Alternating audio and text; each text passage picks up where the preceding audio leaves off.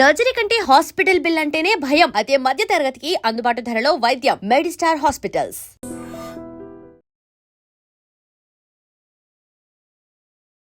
నమస్కారం, welcome to I dream. ధర్మ మార్గం విత్ విజిత కార్యక్రమానికి స్వాగతం.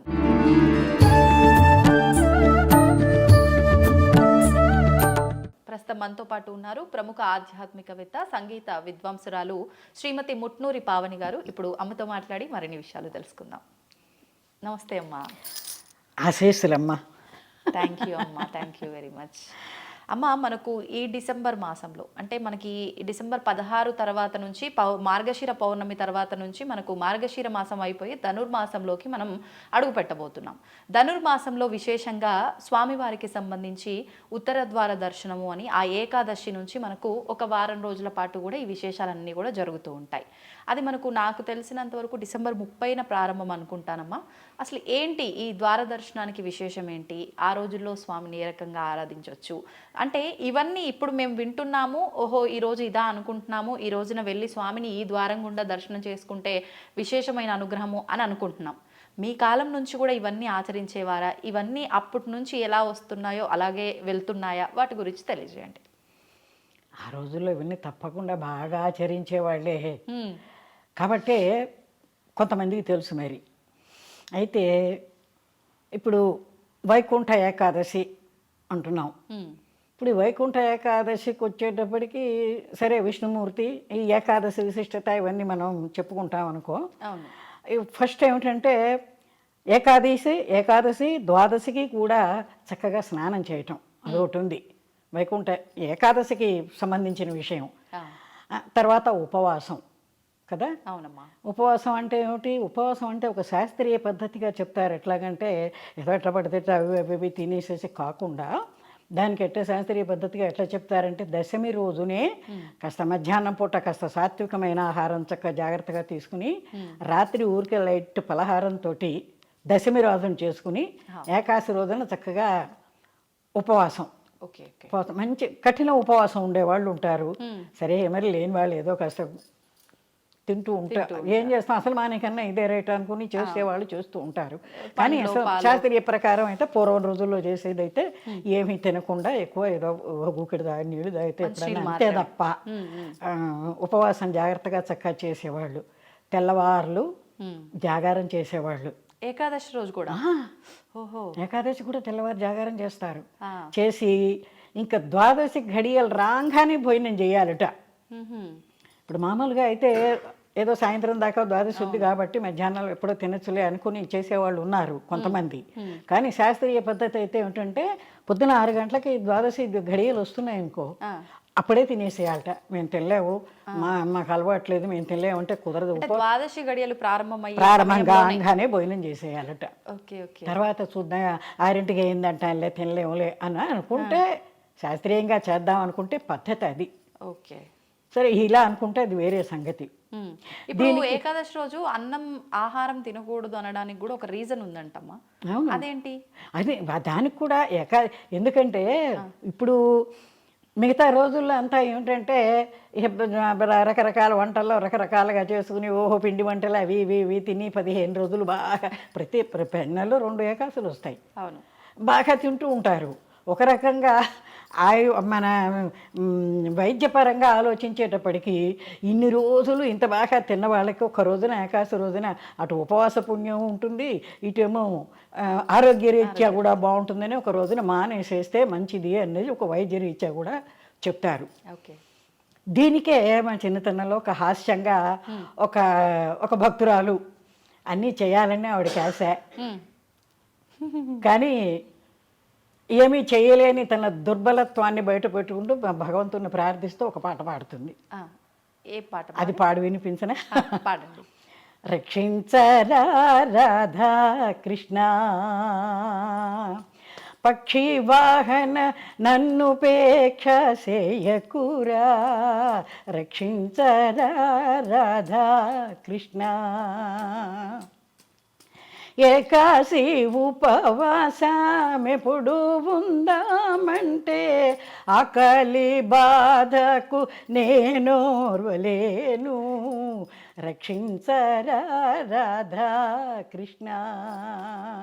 పోని స్నాన సంధ్యలు చేసి తరించుదామంటే చన్నీళ్ళల్లో మునిగి చలి కోర్వలేను. రక్షించరా రాధా కృష్ణ.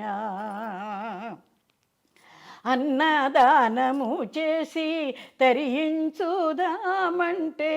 ఒరులకు బెట్టంగా నేనోర్వలేను.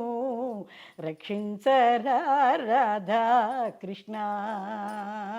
పోని అని దాన ధర్మము చేసి తరించుదామంటే చేతనొక దమ్మిడి అయినాను లేదు. రక్షించరా రాధా కృష్ణ అంటూ ఒక అమాయకురాలు అనుకో, లేకపోతే ఇవన్నీ చేయటానికి బద్ధకిష్టురాలు అనుకోవచ్చు, ఏదైనా అనుకోవచ్చు మనం. ఈ రకంగా ఆవిడ ప్రార్థన చేసి దీన్ని ఒక సరదాగా మా చిన్నతనంలో పాడుతూ ఉండేవాడు. అట్లాగే ఇంకో ఉపమానం కూడా చిన్న ఒక కథలాగా ఎట్లా చెప్తారంటే, ఒక పెద్ద ఆవిడ మర్నాడు ఏకాశి ఉపవాసం ఉందా అని ఉన్నది ఆవిడకి. తెల్లవారితే ఏకాశి ఉపవాసం ఉండాలి, తెల్లవారితే ఏకాశి, తెల్లవారితే ఏకాశి, తెల్లవారులు తింటుండే కూర్చున్నది. అప్పుడు ఉపవాసం ఉండాలని తెల్లవారేదాకా తిని అప్పుడు ఉపవాసం ఉండట్టు అట్లా సరదాగా కథలు మా పెద్దవాళ్ళు చెబుతూ ఉండేవాళ్ళు, నవ్వుకుంటూ ఉండేవాళ్ళు. అవి ఇప్పుడు నేను కూడా సరదాగా మీతో పంచుకుంటున్నాను నేను ఆ సరదాని.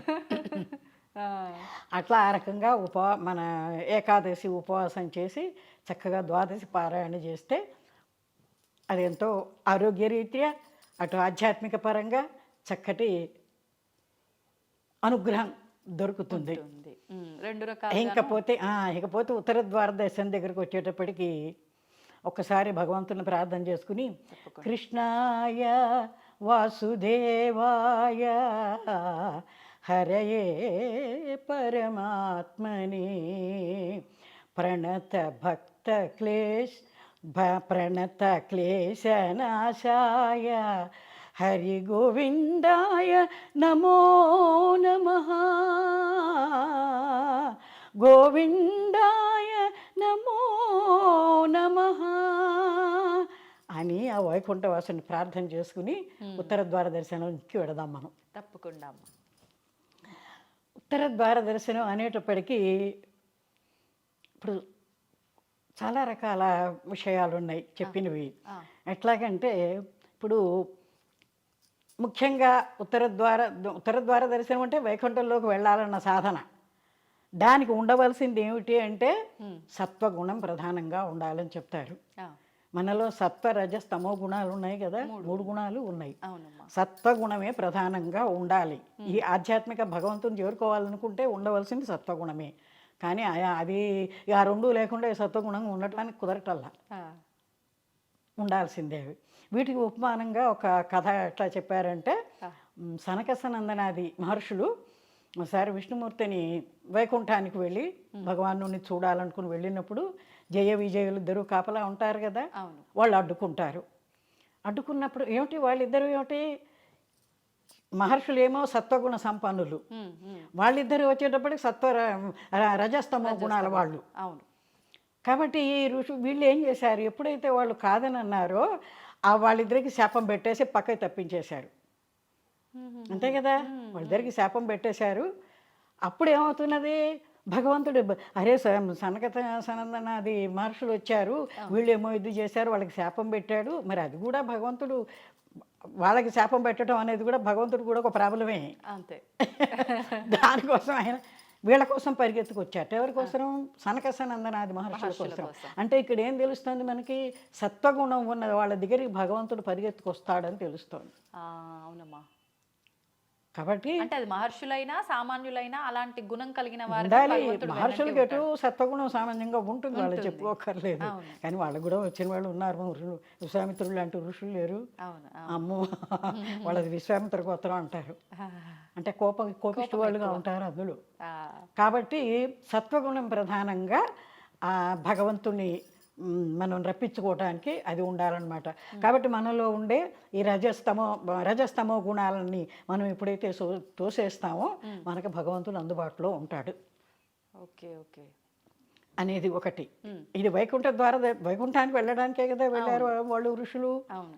అట్లాగే ఇంకో విషయానికి వచ్చేప్పుడు ఇంకొక కథ ఏం చెప్తారంటే విష్ణుమూర్తి బ్రహ్మదేవుని సృష్టించి మరి ఆయనకేమో వేద విజ్ఞానాన్ని, ఆ రోజుల్లో పుస్తకాలు లేవు కదా, ఇప్పుడంటే పుస్తకాలు చేస్తున్నారు వేదాలన్నీను, అప్పట్లో పుస్తకాలు లేవు కాబట్టి వేద విజ్ఞానాన్ని ఆయనకి ఉపదేశం చేసే బ్రహ్మదేవుడికి చెప్పి నువ్వు సృష్టి చేయమన్నాడు. ఆయన దగ్గర నుంచి ఈ విష్ణుమూర్తి గారి చెవిలో నుంచి వచ్చిన మధుకైటభులు అనే రాక్షసులిద్దరూ ఆ వేద విజ్ఞానాన్ని ఎత్తుకుపోయారు వాళ్ళు. ఓ. ఎత్తుకుపోయేటప్పటికి సరే ఇప్పుడు బ్రహ్మదేవుడు చూసుకుని అయ్యో ఇప్పుడు ఎట్లా చేయాలి, నేను సృష్టి ఎట్లా చేయాలి, నా విజ్ఞానం కాస్త వెళ్ళిపోయింది, ఏం చేయాలని వెతుక్కుంటూ విష్ణుమూర్తి దగ్గరికి వచ్చేసేసి ఇట్లా జరిగింది, ఇప్పుడు నేను ఏం చేయాలి అని చెప్పి ఆయన్ని అడిగితే సరే విష్ణుమూర్తి ఏం చేస్తారంటే ఈ రాక్షసుల్ని ఇద్దరిని ఎందుకర్రా ఆయన దగ్గర నుంచి ఆ వేదాలు తెచ్చుకున్నారు, మీరు ఏం చేసుకుంటారా, ఆయనకి ఇచ్చేయండి అని చెప్పాట పాపం మంచిగా. చెప్తే వాళ్ళేమో మేమేమో బొమ్మన్నట్టు వాళ్ళు. అప్పుడు ఈయన మీకు కావాల్సిన వరం ఏదన్నా నేను ఇస్తాను, అదైతే ఆయనకి ఇవ్వండి, మీరు ఏది కోరితే అది వరం ఇస్తాను నేను, ఆయనకి ఇవ్వండి అని విష్ణుదేవుడు అనేటప్పటికీ వాళ్ళు ఏం చేశారట, నువ్వేంటి మాకు వరం ఇచ్చేది, సరే నువ్వు మాతో యుద్ధం చేయి, మేము కోరేది ఏమిటంటే నువ్వు మాతో యుద్ధం చేయి, తర్వాత చూద్దాం వేదాల సంగతి అన్నారట వాళ్ళు. నెల రోజులు యుద్ధం చేయమన్నారట. నెల రోజుల పాటు. దేవి భాగవతంలో అయితే ఈ మధుకైటపులు 5,000 సంవత్సరాలు స్వామితో యుద్ధం చేసినట్టుగా ఉన్నది, 5,000 ఈ వేదాలు తీసుకురావటం కోసరం. అట్లా సరే ఈ మేము నాతో యుద్ధం చేస్తే అప్పుడు సంగతి చూద్దామని సరే విష్ణుమూర్తి యుద్ధం చేసేసి వాళ్ళని చంపేశాడు. చంపేసిన తర్వాత పాపం ఈయనకి జాలి వేసిందిట, పాపం వాళ్ళ అమాయకులు, సరే లేదు వీళ్ళకి కాస్త మోక్ష ప్రాప్తి ఇద్దామని చెప్పి వీళ్ళ కోసం వైకుంఠ ద్వారం తెరిచారట విష్ణుమూర్తి మొదటిసారి. మధుకైటపుల కోసరం వీళ్ళని చంపేసిన తర్వాత, అంతకుముందు ఏమైనా జరిగినాయేమో తర్వాత, వీళ్ళ విషయానికి వచ్చేటప్పటికి వీళ్ళ కోసం తెరిచాట ఆ వైకుంఠ ద్వారం, ఉత్తర ద్వారం. Okay okay okay. తీసుకెళ్ళి వీళ్ళ లోపలికి తీసుకెళ్ళాట. తీసుకెళ్ళేటప్పటికి అక్కడంతా మరి విష్ణుమయం విష్ణుమూర్తి ఆకారాల్లో ఉన్నారు అందరూ, చాలా ఆనందంగా ఉంది, ఎంతో ఇదిగా ఉందిట, వీళ్ళకి చాలా నచ్చిందిట. అరే రే మనం ఎంత పొరపాటు చేసాము, మనం ఈ చేసిన పనులన్నీ తప్పుడు పనులే చేశాం కదా, వేదాలను సంవరించాము, ఆయన్ని యుద్ధం చేయమన్నాం, దేవుడితో ఆయనతో మనం యుద్ధం చేశాము, వీళ్ళు మనం చాలా తప్పు పనులు చేశాము, అయితే ఒక పని చేద్దాం, ఆయన మనకి వరం ఇస్తానన్నాడుగా, అంటే నువ్వేమిటి ఇచ్చేది పొమ్మన్నా, మనవేను పొగరు కొద్దీను, కాబట్టి ఆ వరం ఇప్పుడు అడుగుదాం. ఏమిటి అంటే స్వామి మరి మమ్మల్ని మీ ఈ వైకుంఠ ద్వారాలు ఉత్తర ద్వారం తెరిచారు కదా, లోపలికి తీసుకెళ్ళారు కదా, ఆ ద్వారాల దగ్గర మమ్మల్ని ఇద్దరినీ పెట్టండి శాశ్వతంగా. అక్కడ పెడితే ఏమిటంటే ఇప్పుడు మిమ్మల్ని చూడటానికి వచ్చే వాళ్ళందరూ ముందర మమ్మల్ని చూస్తారు కదా, మమ్మల్ని చూసినప్పుడు మన కథ అంతా తెలుస్తుంది కదా వాళ్ళకి, ఆ రకంగా మేము లోకంలో ప్రసిద్ధి చెందుతాం, పేరు వస్తుంది మాకు. అదైపోయిన తర్వాత మరి ఇంతటి రాక్షసుల్ని భగవంతుడు కరుణించి వాళ్ళ ద్వారపాలకులు అక్కడ ఉండేందుకు వాడిని స్వర్గాన్ని, ఆ వైకుంఠాన్ని తీసుకెళ్ళాడు విష్ణుమూర్తి అని, నీకు కూడా పేరు వస్తుంది, స్వామికి పేరు అదే నీకు కూడా వస్తుంది, పేరు వస్తుంది అని. ఇంకోటి ఏమిటంటే మమ్మల్ని అక్కడ పెట్టారు, సరే మీకోసం వచ్చేవాళ్ళని, అదే మీ దర్శనం కోసం వచ్చేవాళ్ళు ఉంటారు కదా, అవును, వాళ్ళందరికీ కూడా ముక్తిని ప్రసాదించు, మమ్మల్ని తలుచుకుంటారు, నిన్ను తలుచుకుంటారు, నీ దర్శనం చేసుకుంటారు, వాళ్ళందరికీ ముక్తిని ప్రసాదించు అని, అంటే నిస్వార్థంగా వాళ్ళ వరకే కాకుండా లోకంలో మరి దేవతలు ఏమిటి మానవులు ఏమిటి అందరూ దర్శనం చేసుకోవటానికి చెప్పి వాళ్ళందరికీ నువ్వు ముక్తి తప్పకుండా ఇవ్వు, మా కోసం, ఇప్పుడు మా పేరు కూడా బయటకు రావటం కోసం నువ్వు ముక్తి ఇవ్వాల్సిందే అన్న విధానంగా వాళ్ళు ఆయన్ని ప్రార్థిస్తారు ఆయన్ని. సరే ఆ రకం సరేనని అప్పుడు విష్ణుమూర్తి సరే ఒప్పుకున్నాలే అని వాళ్ళని ద్వారపాలకులుగా ఆ ఉత్తర ద్వారం దగ్గర పెట్టారట. ఇంకా ఏమిటంటే విశేషం, ఉత్తర ద్వార దర్శనం అంటున్నాం. ఉత్తర అనేటప్పటికీ ఒక ఉన్నత స్థితికి వెళ్ళే అర్థం ఉంటుంది దానికి. ఓహో, కాబట్టి ఇప్పుడు మనం సామాన్యులం, అవునమ్మా. మన బోటి వాళ్ళం అందులోకి వెళ్ళటం అనేటప్పటికీ మనకి ఉన్నత స్థితి రావాలంటే ఆ ద్వారంలోంచి వెళ్ళాలి. ఉత్తర ద్వార దర్శనం అంటే మన ఉన్నతిలోకి తీసుకు వెళ్ళేటటువంటి ద్వారం అది. ఓకే. అదే ఆ రకంగా అదొకటి చెప్తారు. తర్వాత వైకుంఠం అనేటప్పటికీ కుంఠము అంటే నశించనిది. వైకుంఠం అంటే దాన్ని నశింపు లేదుట. ఈ ప్రళయం వచ్చి ఇవన్నీ మునిగిపోయినా చేసినా కూడా అది మాత్రం మునిగిపోదుట. అందుకనేది వైకుంఠం అనే దానికి పేరు వచ్చింది. కాబట్టి ఇప్పుడు ఆ వైకుంఠ ఇప్పుడు విడిగా కూడా గుళ్ళల్లోకి వెళ్ళి చూడలేని వాళ్ళు ఉంటే ఇళ్లలో కూడా పెట్టుకుని ఉత్తర దిక్కుగా దేవుణ్ణి పెట్టుకుని అట్లా దర్శనం చేసుకుంటూ ఉంటారు. అట్లా చేయొచ్చు అంటారమ్మా? చెప్పారు, వాళ్ళు అడిగారు పెట్టుకుంటారు. కాబట్టి మేము అక్కడికి వెళ్ళాలి కదా, మరి వీళ్ళు కూడా ఇప్పుడు సాక్షాత్తు విష్ణుమూర్తి ఉన్న వైకుంఠానికి వెళ్ళినప్పుడే ద్వారం దగ్గర పెట్టుకున్నప్పుడు అదే రీతిగా అన్ని చోట్ల ఉండాలి కదా. అందుకోసమని కాస్త పెద్ద పెద్ద ద్వారాలు పెట్టుకోమని చెప్పు వాళ్ళకి చెప్పేట. ఎందుకంటే మీరు రాక్షసులు కదా, ఇవన్నీ జోకులుగా చెప్పినట్టుగా వాళ్ళు అడిగారు. నిజమే, జోకుని కాదు. అటువంటి ఉన్నతమైన స్థితికి తీసుకువెళ్ళేటటువంటి విశేషమైనది ఉత్తర ద్వార దర్శనం. అంటే కానీ ఉత్తర దిక్కు కానీ కాదు. ఇప్పుడు అంటే ఉన్న స్థితి నుంచి ఉత్తమ స్థితికి తీసుకెళ్లేది ఈ వైకుంఠ ద్వార దర్శనం. విశేషంగా ధనుర్మాసంలోనే ఎందుకనమ్మా?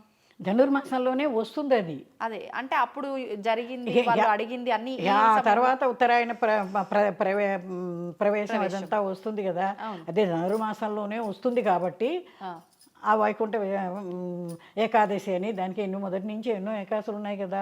వాటిల్లో తొలి ఏకాదశి ఒకటి, 24 ఆషాఢ మాసం 24 ఏకాదశి ఆకామావై అంటారు. అది సముద్ర స్నానాలకి.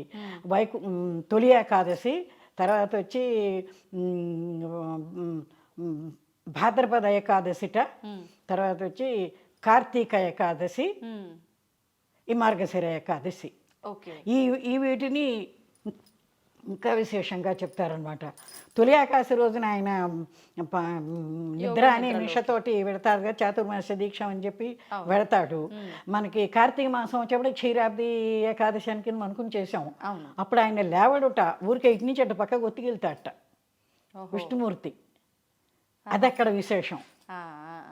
ఇప్పుడు కళ్ళు తెరుస్తాడట. ఈ వైకుంఠ ఏకాదశికి కళ్ళు తెరిచి తన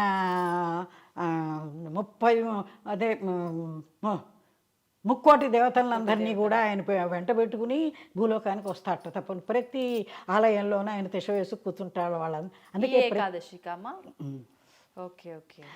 అందుకే ఈ ఏకాదశికి అన్ని చోట్ల వైష్ణవ ఆలయాలన్నీ వెలిగిపోతూ ఉంటాయి. తెల్లవారుజామున లేచి పూజలు ఇవి చేస్తూ ఉంటే మా చిన్నతనంలో దూలిపూళ్ళ మా తాతగారు వాళ్ళు వింటూ ఉంటే గోపాలస్వామి గుడి ఒకటి ఉండేది. పెద్ద డంకా ఉండేది అక్కడ. ఆ డంకాని కొట్టేవాళ్ళు, డామ్ డామ్ అని కొడితే ఊరంతా వినిపించేది అనమాట. అది వినంగానే గబగబాలు వేచేసి మేము మొహాలు కడుక్కుని వాకిట్లో బాదం చెట్టు ఆకులు తీసుకుని వెళ్ళేవాళ్ళం. వేడి వేడి దద్దోజనాలు, పులిహోరలు, తెల్లవారేటప్పుడు ప్రసాదం. అప్పుడేం తెలుసు మనకి, దేవుడే భక్తి మనకి తెలియదు పిల్లలప్పుడు. ప్రసాదం కోసం అట్లా వెళ్ళేవాళ్ళం. అట్లా వెళ్ళి ఆ ప్రసాదాలు తెచ్చుకుంటూ ఉండేవాళ్ళం. ఇది ధనుర్మాసంలో ప్రారంభంతో వైష్ణవాలయాలన్నీ అట్లా వెళ్ళిపోతూ ఉంటాయి. ఓకే. అంటే ఇంకా ధనుర్మాస ప్రారంభమే స్వామివారి ఉత్తర ద్వార దర్శనంతో మొదలైపోతుంది. ఇంకోటి ఏమిటి చెప్తారంటే, ఇప్పుడు సూర్యనారాయణమూర్తి అంటున్నాం మనం, నారాయణుడు అంటున్నాం కూడా. ఆయన కూడా నారాయణమూర్తి, నారాయణ అవతారం అని అంటారు కదా. అప్పుడు ఈ 30 దేవతలు ఎవరంటే ఆయన కిరణాలన్నీ 30 దేవతలుట. ఆయన ఇప్పుడు ఇక్కడ నుంచి ఉత్తర ద్వారానికి దానిలోకి లోపల వెళ్ళి కూర్చోవాలి కదా ఆయన. ఈ కిరణాలతోటి ఆయన ఉత్తరాయణంలోకి ఆయన ప్రవేశం. సూర్యనారాయణ దీనికి కూడా సంబంధించి అట్లా చెప్తారు. ఆయన కూడా ఈ ధనుసు దీనికే, వైకుంఠానికే ఆ నారాయణమూర్తిగా, సూర్యనారాయణమూర్తిగా ఆయన కిరణాలన్నీ 30 దేవతలుగా ఆయన భూలోకంలో ఉంటాడు అని చెప్పి అట్లా చెప్తారు. ఓకే. మీరు ఇప్పుడు ఇందాక ప్రసాదము ఇవన్నీ ఆ డంకా మోగించడం అన్నారు, పాటలు ఏమన్నా పాడేవాళ్ళు కాదా అమ్మ అప్పుడు? అంటే ప్రతిదీ మాటల రూపంలో కాకుండా పాటల రూపంలో ఎందుకు నారాయణమూర్తి మీద పాటలు పాడతాం కదా గుళ్ళలో పాట ఏమన్నా పాడతారా ఇప్పుడు? వైకుంఠపతే నారాయణ వారి జనయన నారాయణ వైకుంఠపతే నారాయణ వక్షస్థల కౌస్తుభమణి భూషిత శంఖచక్ర పీతాంబర శోభిత వక్షస్థల కౌస్తుభమణి భూషిత శంఖచక్ర పీతాంబర శోభిత నారాయణ హరినారాయణ నారాయణ శ్రీమన్నారాయణ నారాయణ హరినారాయణ నారాయణ లక్ష్మీనారాయణ నారాయణ సత్యనారాయణ వైకుంఠపతే నారాయణ. దేవతలందరితో పాటు మనం కూడా ఈ పాట పాడుకుంటూ ఉత్తరం ద్వారంలోకి ప్రవేశించి భగవంతుని దర్శనం చేసుకుందాం. తప్పకుండా అమ్మ, చాలా సంతోషం అమ్మ. నమో నారాయణాయ. ధన్యవాదాలు.